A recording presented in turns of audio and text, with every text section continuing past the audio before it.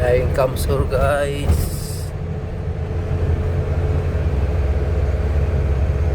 Kakaliwanag lang. Buti pala medyo maganda-ganda pa kalsada dito konti. Mahirap po dito ang lubak-lubak sa paon. Mas mahirap.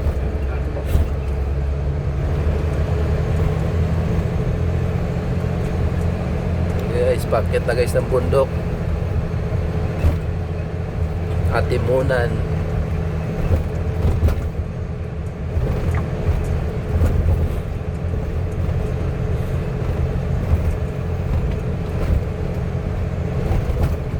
Parang naulan dito, no? Wala. Basa ang ano.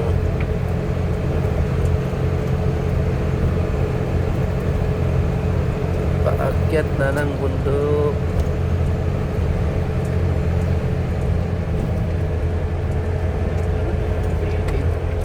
May nabitin.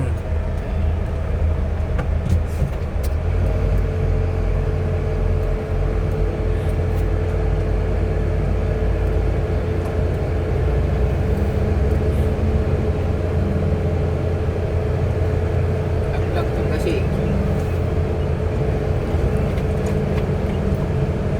Balik siguro pa niyan. Tumagilid, no? Muli. Balik. Tagilid na, oh. Oo. Balik muli. Nalaglag. Nado dun sa butas.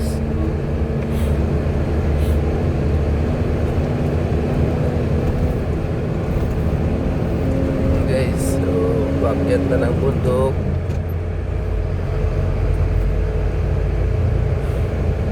Grabe kalsada talaga dito na, oh.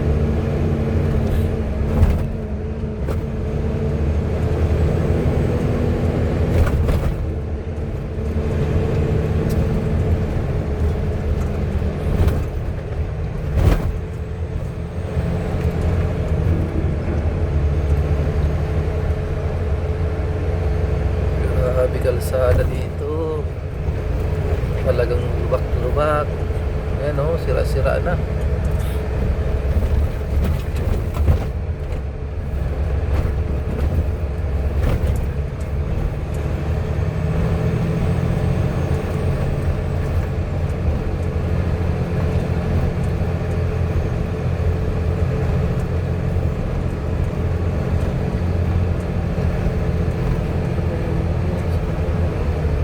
Oh, sira-sira na yung espalto. Natuklap na.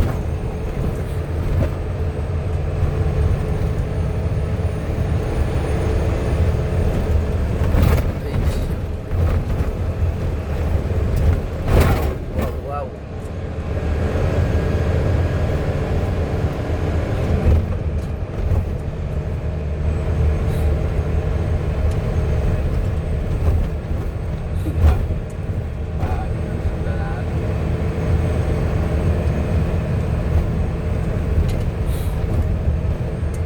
Kailan man lang kaya magagawang maayos ang kalsada dito. Ilang presidente nang dumaan.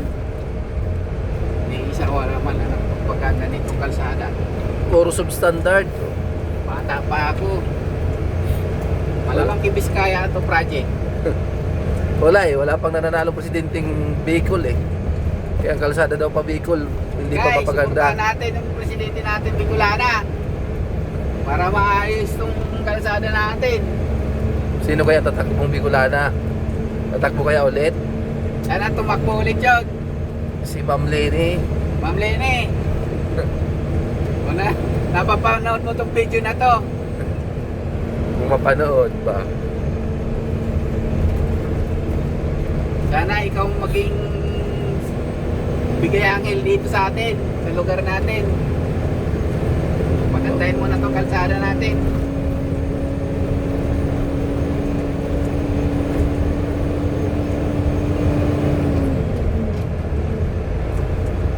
Dito, medyo maganda-ganda kalsada dito.